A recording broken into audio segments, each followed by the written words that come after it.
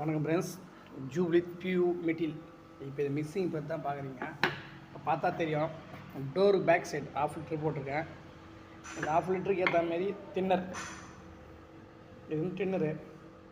இந்த டின்னர் பார்த்தீங்கன்னா இந்த டப்பா ஆர்டினர் டப்பாவில் ஈக்குவல் வச்சிங்கன்னா 350 ml, அதாவது 400 ml கூட வைக்கலாம். ஃபஸ்ட்டு மெட்டீரியல் கலக்கு முன்னாடி ஆர்டினர் போட்டிருக்கேன். ஏன்னா ஆர்டினர் ஒன் டைம் போடாமல் வந்துச்சுன்னா மெட்டீரியல் வந்து ட்ரை ஆகாது. அதனால் ஆர்டினர் போட்டுருங்க. இப்போது ஆர்டினர் போடணும்.